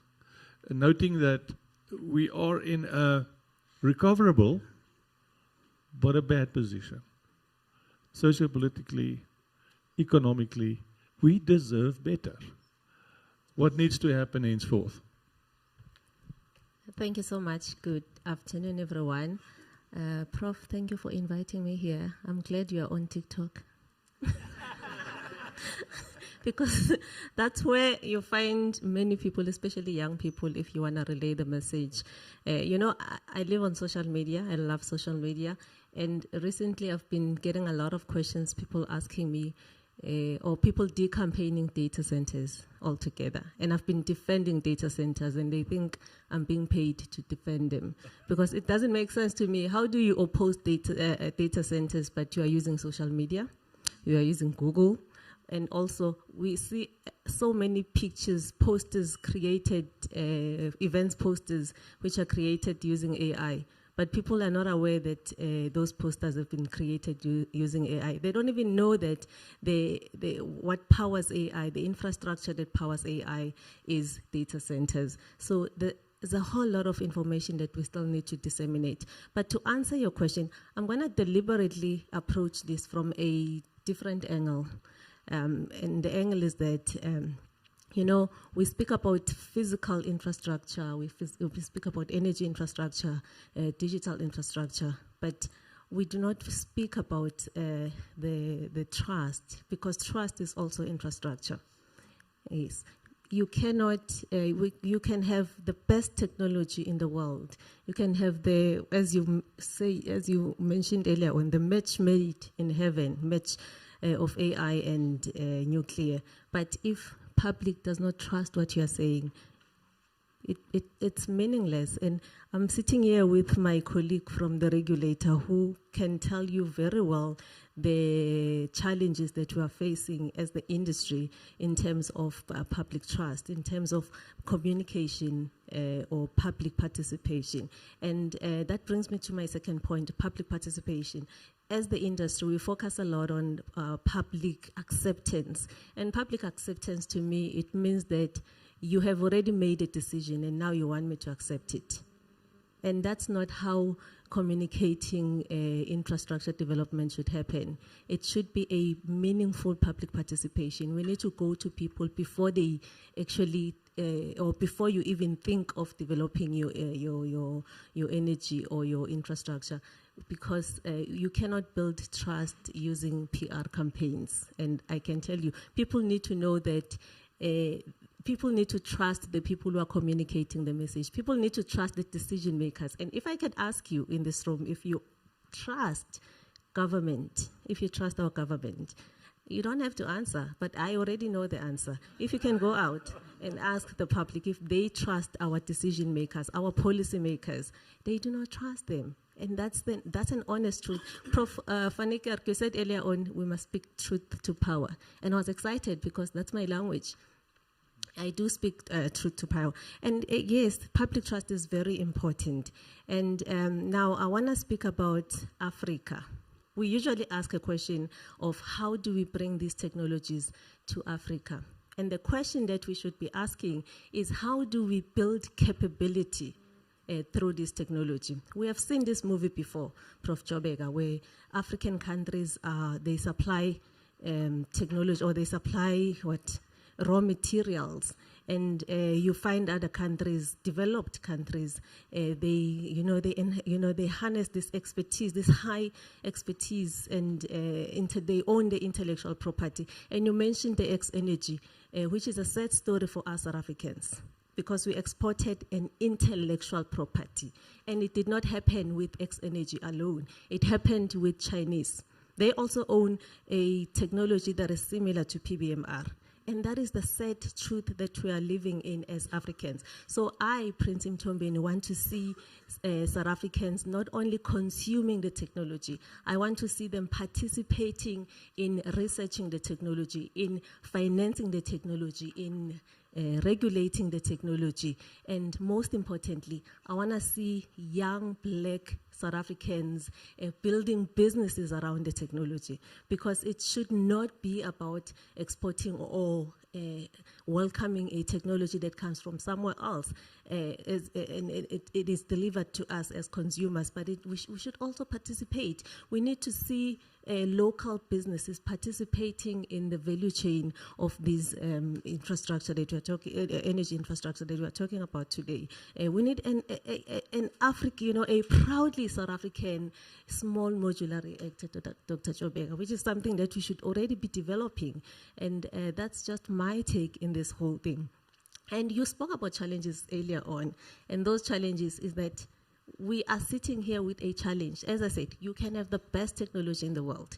We've seen what happens in court, where technologies are being opposed, where government is trying to build something, but comes NGOs and they oppose the technology. And it's always the issue of public participation. So in this room, I am urging everyone to say, let's treat public participation as an important part of technology development, because what happens once you take that technology outside the laboratory is very important, and it involves people. And if people do not understand what you are saying, they will not accept it, and you will always get rejected by the public. Thank you. Thank you. That was very convincing. And we also appreciate your enthusiasm, and please carry on doing what you're doing. We really need this. So the dialogue and knowledge exchange among academia, industry, government, and other stakeholders in the future of energy technology and so on, I suppose is a discussion that would carry on for a long time. So we're still awaiting more questions from the audience. We still have a few more minutes. I would really love you to, feel free and post a few questions. If not, I'm going to ask some more questions. I have a whole list of them here. But in terms of the public participation, just noting that if you want to enter into nuclear energy activity, a Kuberg or whatever, you want to get one nuclear reactor, you have to realize that you basically have to understand and maintain and fathom a 100-year business plan. Why? It takes 10 years to develop and build and prepare, and EIAs and all the rest. And then you're probably close to 20 years already, and then you have a 40-year lifespan and a 20-year life extension, and then you need 10 years after that, if not more, to decommission this plant. So if we think that we do not have the social fiber to sustain a 100-year energy or business plan for that matter, that we don't have the socio-political stability to maintain a 100-year business plan, that we don't have the wherewithal to run all the sewers and water systems in all municipalities in South Africa flawlessly, be careful. I'm speaking truth to power, right? But I'm an arch optimist. We know this, we see this, we speak about it. We have the wherewithal to turn around. But that's what it really takes. And that's why I think it's so important that we divorce the cycle of political come and go. Whichever party is there, it's fine. Europe is the same. They come and they go. They come and they go. They only have so long to see, and they're basically already, aiming for getting more votes from wherever. But the administrators, the DGs, the DDGs, those are the pillars of stable administration in a modern economy. And we need to divorce that level from the fluctuations, the volatility of the political process. Without that, we're going to be deteriorating further. We've already lost ground. I mean, 20 years ago, Prof. Tyobeka, we were not just talking about this, we were doing it. But we lost 20 years odd, maybe 25, but we can recover. Okay, so I'm going to ask Professor Siyabonga Majola to talk a little bit about the strengthening the collaboration and the engagement among the Northwest University's internal nuclear stakeholders and external partners in areas relating to nuclear science, engineering, and so on, AI, energy security. So it's really about the Northwest University's internal nuclear stakeholders. How can we do better? And perhaps at the same time, link that also. How do you foresee that the NWU be positioned as a platform for informed public and stakeholder dialogue and engagement on emerging technologies and their potential to contribute to South Africa's sustainable development?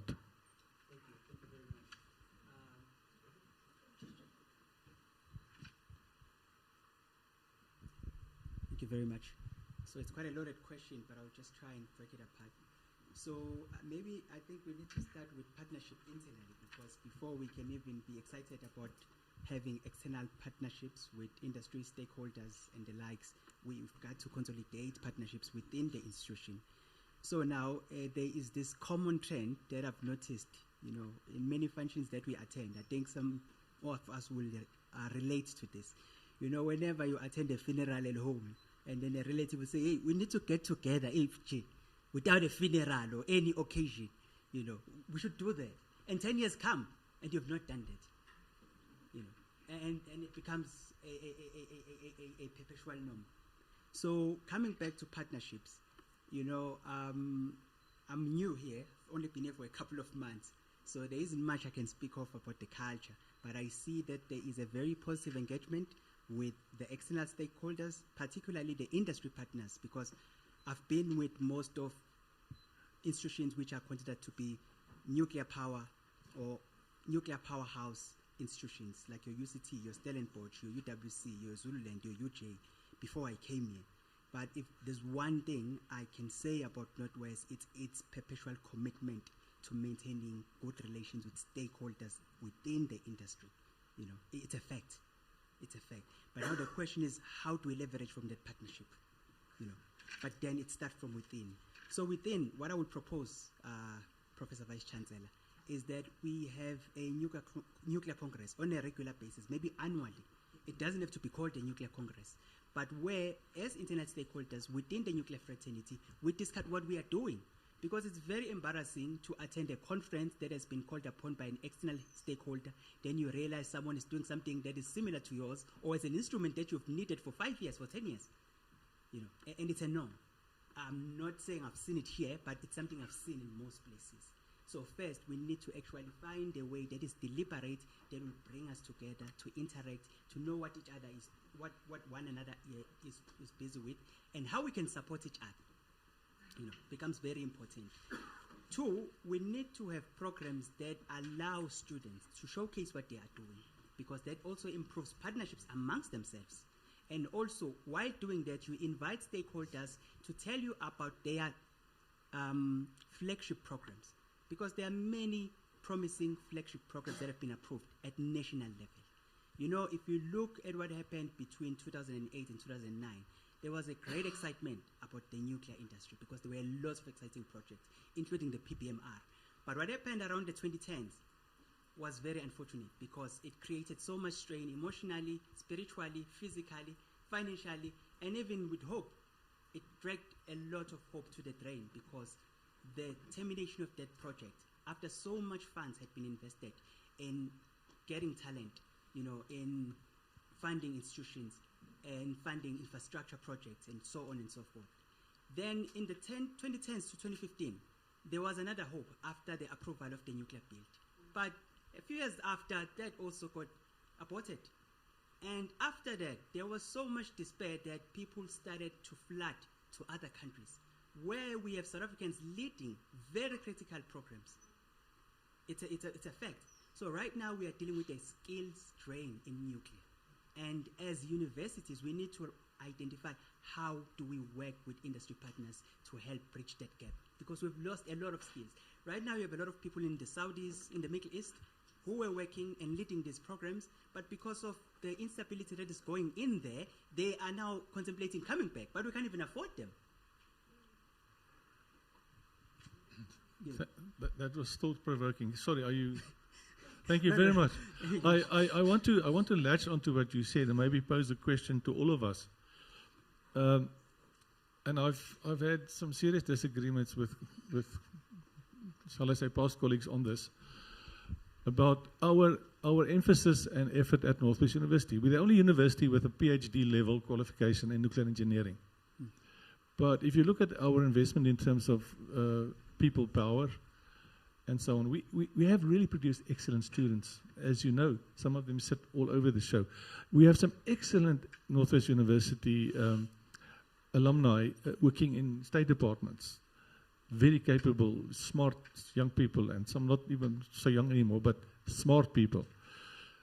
I have a slight lamentation. I think if we simply carry on as is, and attribute, yes, we have a post here and half a post there, and someone resigns and we cut this into youngers, and this one must go to that department and this one and so on. I would like to plea as an outsider, because I have the luxury of saying I'm emeritus, I have a long decade, and I can actually speak from my heart.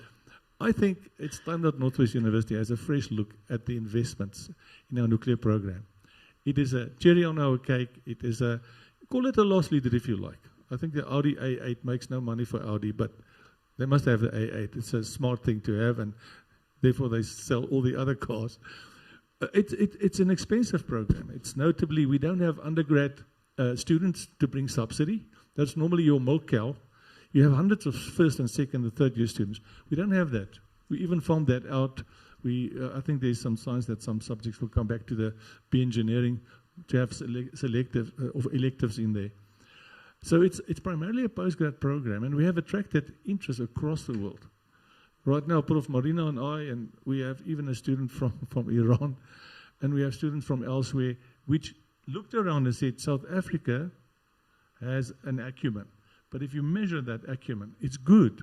But in terms of capacity, it's restrained. So take it as a plea, as a white flag to say, we should do more there, because if this wave is going to emerge, and it is happening, we're going to lose that opportunity. So can I ask, on behalf of the audience, can I ask our esteemed Vice-Chancellor, in your opinion, Professor Tyobeka, what is presently the greatest obstacle to an SMR program in South Africa? Is it policy certainty, financing, regulatory capacity, skills, the industrial supply chain, grid in arrangements, or public confidence? What would you say, given your austere overview of the system? Thank you very much, Prof. Princey said we've seen this movie before. And that's true. We've seen this movie before. So, to ask that question, one needs to go back in 2008 that Professor Majola spoke about, or maybe slightly earlier.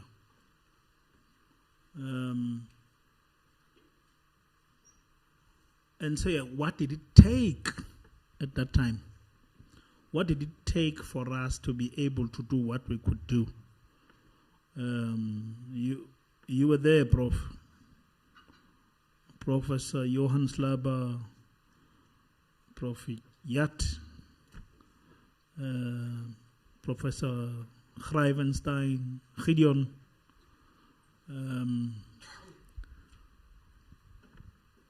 Dr. Alex Taylor,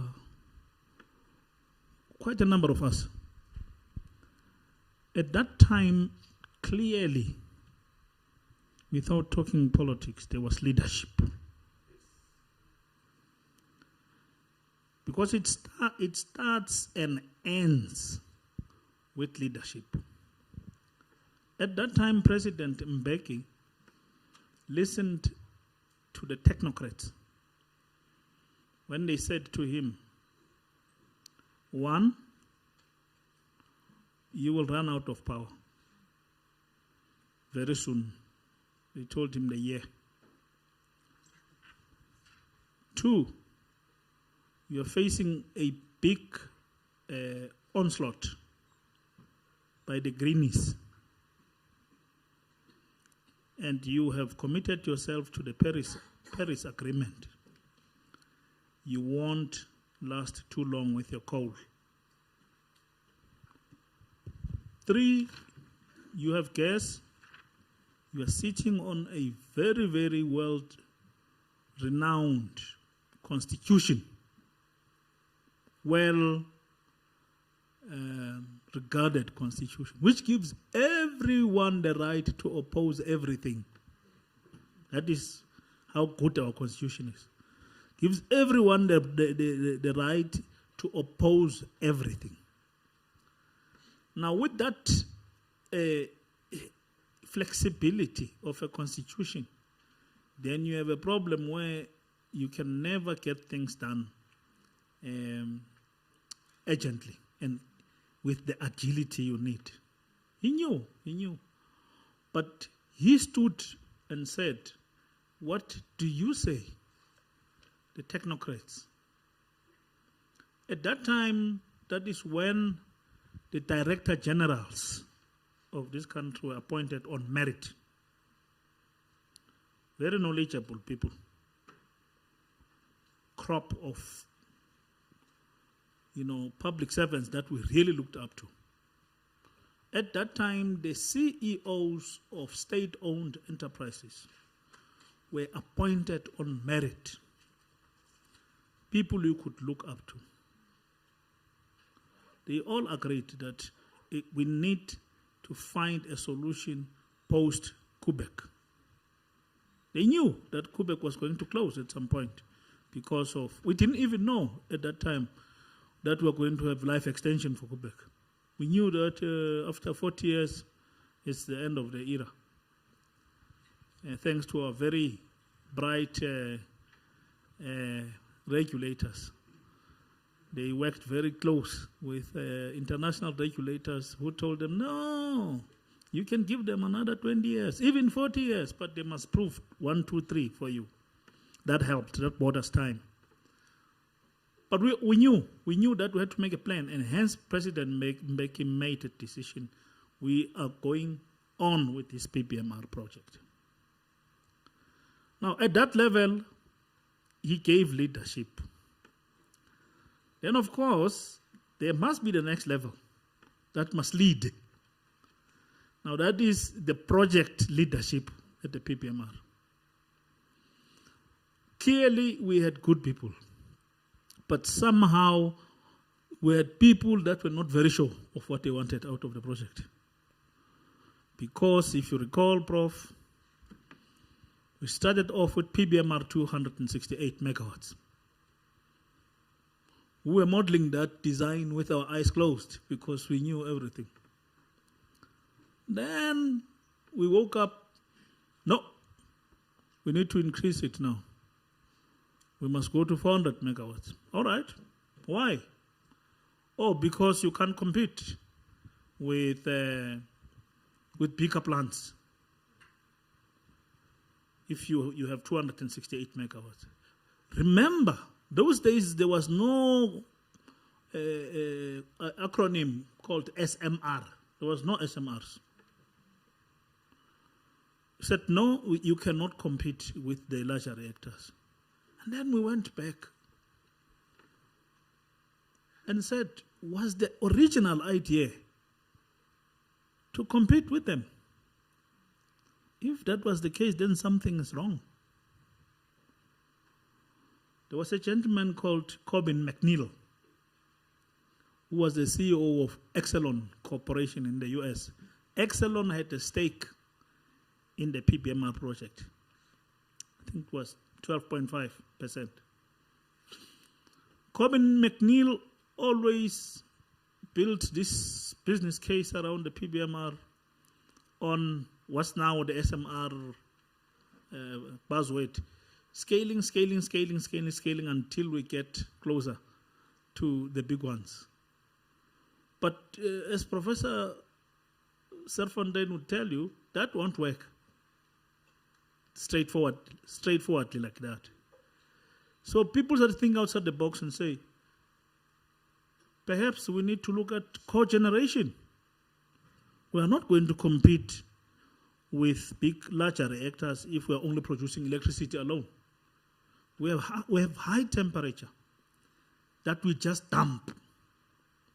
High temperature steam that we dump out of the process. Perhaps we can do something about it. And what was it? Sasol needs this. Sasol can use this for coal liquefaction. Good idea. And by the way, we live in a water scarce country. We need that water, that high heat for desalination. Oh, good idea. And then we started to redesign the plant again. But these things are happening whilst the company is burning billions per year. So, leadership again, Prof. We had leadership at the top by the president. We had leadership at the company level, but it doesn't look like they were very steadfast people. My friend Dave Nichols fights me when I say this. I say, Dave, you guys didn't know what you wanted the PBMR to achieve. You wanted the PBMR. But you are not very sure whether you want it for electricity or something else. Then you changed and changed. Direct cycle, indirect cycle, change. Where are our friends, the Chinese? They went to Beijing, Tsinghua University. They said, we want to build an experimental reactor that looks exactly like the Germans had in the AVR. And they built it, 10 megawatt, HTR-10 it was called. And they said, from here we're scaling up, we're going to build a bigger one and produce electricity. They built it, 250 megawatts, it's producing electricity. Now, if you attend their GIF meeting where they present their plan, they say we're going to build more and more of these things to produce electricity and to drive the hydrogen generation agenda. We started with all those things. What happened? Lost focus, lost leadership, things fell apart. Vice-Chancellor, thank you very much for being back in the day. If I may join you for a brief moment, I remember after 1 month at PBMR, I'd written a risk abatement plan and I said, stop this nonsense with a direct cycle. Get the heat exchanger right and buy a standard power pack. And I remember Dieter said to me, if Dave sees this, he's going to fire you. I said, well, you handle it. That's the truth. In any case, so hindsight is a perfect science. I remember in early 2010, Jaco Kriek, who was the CEO of PBMR, was on campus and he gave a lecture and he said, well, ladies and gentlemen, I sleep like a baby nowadays. He said, I wake up every now and again and I cry a little. and then shortly after that, the program went belly up. I think it's now time for us to conclude. The program director will formally conclude. If I can just say a few things. Firstly, you've given us a very important position on two disruptive emerging technologies. And yes, in their own right, each of these technologies have a range of implications and applications in their own right, even without the two touching. But the point of touching, you pointed that out very elegantly, that overlap could be a true motive force, so to speak, to accelerate, because the trade-off on both sides is immense. I also think that with the developments that we've seen around small modular reactors, that we will ultimately, if we pursue the pathway of fourth generation reactors, where we get rid of a lot of unnecessary hardware, that will be the pathway to get things cheaper and to remain competitive. I have seen studies where nuclear is among the cheapest in comparison to everything else. Personally, if South Africa has to procure large reactors, if it's not at least generation 3+, I will personally toy if I'm still around. But I would insist that we aim for generation 4 and nothing less. The EPR kind of range, the ultra, let's say, the ultra safe generation 3+ reactors are the ones that we should go for. And I think there's a true South Korean story to be told in terms of how we do our nuclear program. If we are to, let's say, erect 5 odd gigawatts, let's say we procure the first, let's say 4 are big ones and 10 are 10 small ones. 1 gigawatt are 10 small ones. We could really do something like the South Koreans. Start with a fair local content and then ramp up the local content. So to leapfrog, I think to rekindle the PBMR project right now, my personal humble emeritus opinion is that it's a pipe dream. But to do what the South Koreans did, I think that's really possible. To find the real partners elsewhere in the world who are willing to take that path with us, I think that will be a great success. So I think, so that your general position there, I think, was elegant, and we take it to heart. So what is your specific South African or African implication? I think you emphasize leadership, a concerted effort, strong leadership. Now, fortunately or unfortunately, that cuts across everything. It's the academe, it's industry. It's notably the powers at the helm of our fiscus and the Department of Energy and all the other departments that have a role to play, Department of Electricity and so on. So I think I see a bright future for South Africa. I always say if we stuck to our guns in 1994, we may have had a Gaza situation now. At least now we have broken this and broken that and potholes and the water system and the sewers, but at least we don't have Gaza. But the prerequisite is that we now turn things around. Otherwise, we are heading the wrong way totally. It's not run away. We count among the world's top 40-odd true democracies, or let's say failing, or either truly free or failing. Those two categories are still up there. And I think we are blessed to be able to speak truth to power wherever we go, to have a free press, to have free elections, fair elections. We have the basic ingredients to turn the ship around. But the ship needs to be turned around and takes leadership. And that was your principal call to action, Prof. Tyobeka. And thank you. I commend you for taking the lead. I happen to know about your initiatives to reach out to the Department of Electricity, to Nexa and other role players. You're ideally positioned with your with your background in this fraternity and also your standing, not just locally but internationally. And lastly, can I just wave this one flag to the whole world? There is no nation in the world who can say what we can say. We have voluntarily abandoned a nuclear deterrent capability. And we are appreciated for that across the globe. People look at us with admiration. We formally host the Palindava Accord. We can be proud South Africans, but we need to turn the ship around. Thank you very much.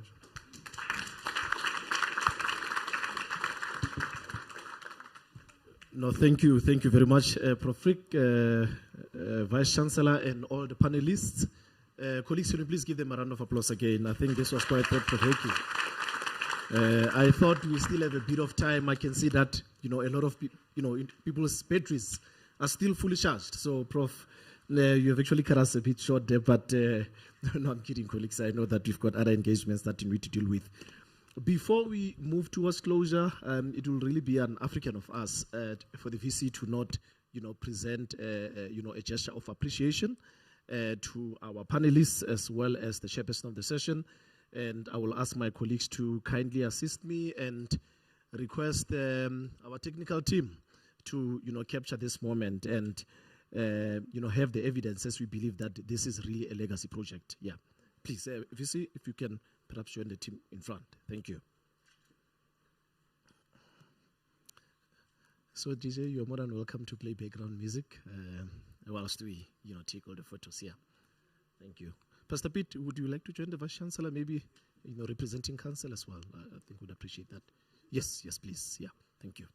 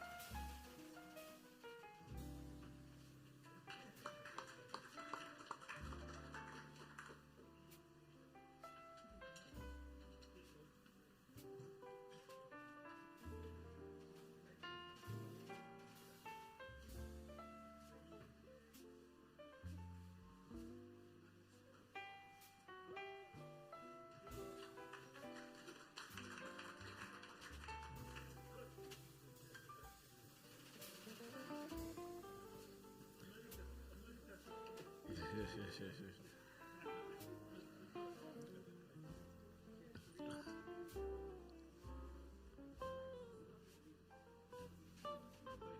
Yeah. Right. Thank you, VC. Yeah. Thank you, Prof. That was very good. Is that okay? No, it was excellent. Thank you, Prof. And you. Thank you very much, Prof. Look, all the questions. No, you're fine. Yeah, absolutely. Yeah. 100%.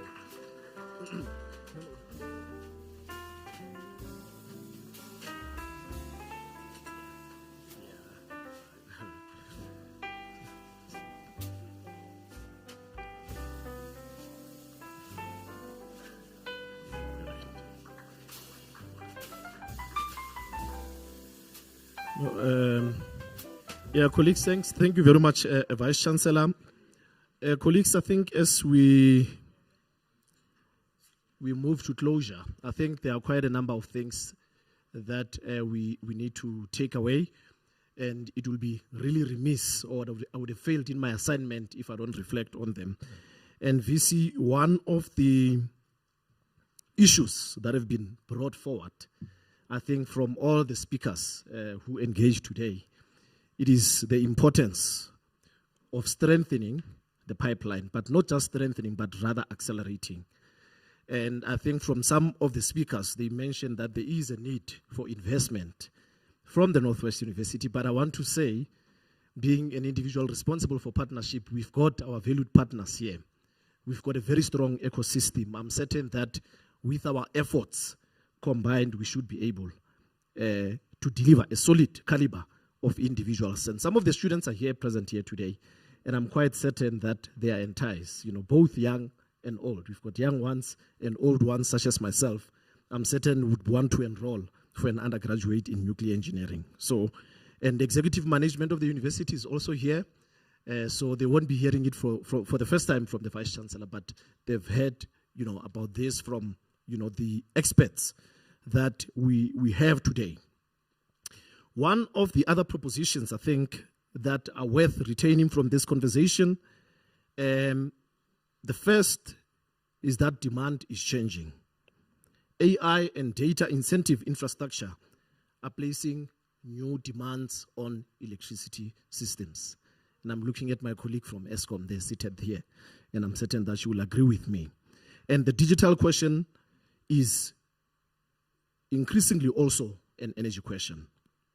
The second thing is that nuclear energy is firmly back in the global strategic conversation. I think we've had a number of iterations about what happened to the PBMR, and it's clear that the opportunities must actually be matched by credible answers on economics, finances, safety, regulations, skills, and implementation.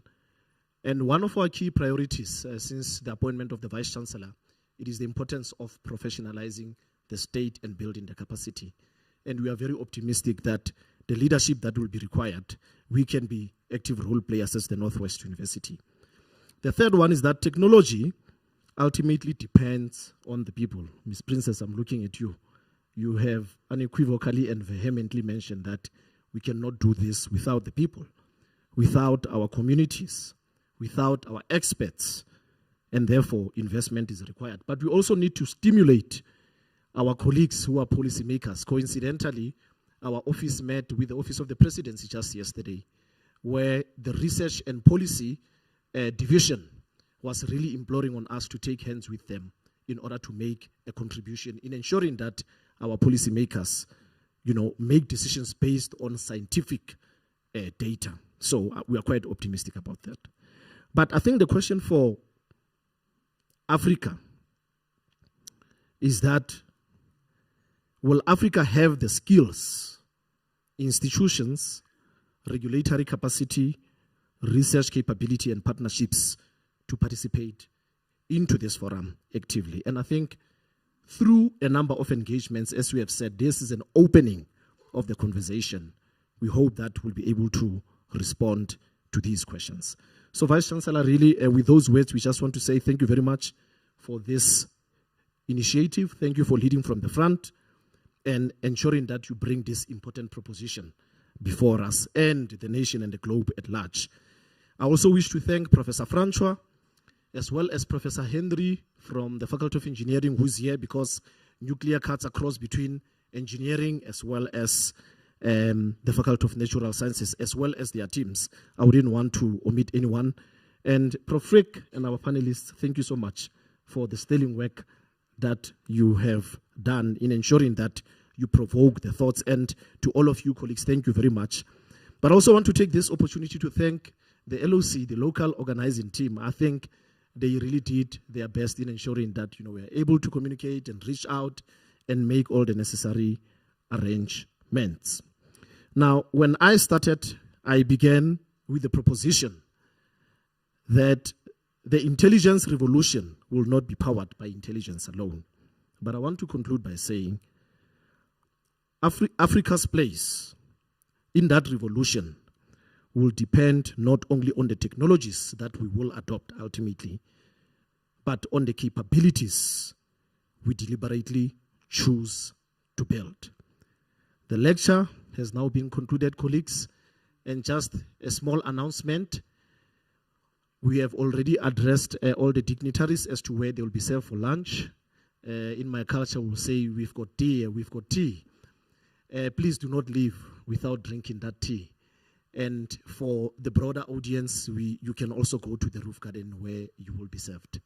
We can adjourn the engagement. Thank you very much. Thank you, Prof. Thank you very much. Thank you, Prof. Yeah, thank you. Speak well.